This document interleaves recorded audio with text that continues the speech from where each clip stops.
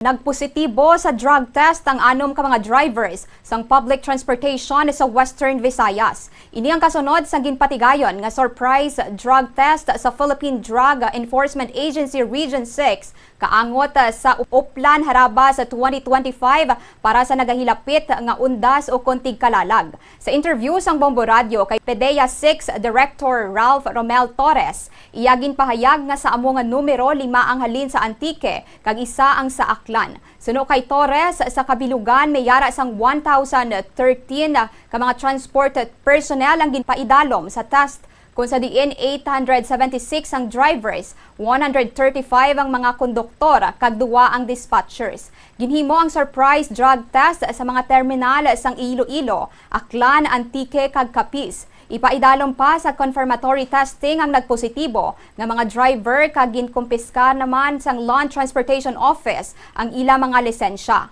Ginsiling ni Torres nga ang nasambit nga inisyatibo nagatuyo nga masiguro nga safe ang pagbiyahe sang publiko subong nga tigkalalag. Napaka-importante nitong Uplan Harabas natin, this is to ensure the public na safety on travel nila pauwi dahil alam naman natin na maraming magsisiuwian ngayong indas.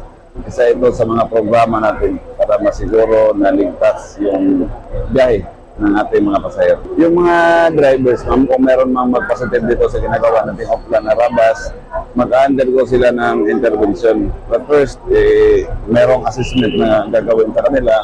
After nung assessment, magdidepende yung result kung ano yung appropriate na intervention na ibibigay.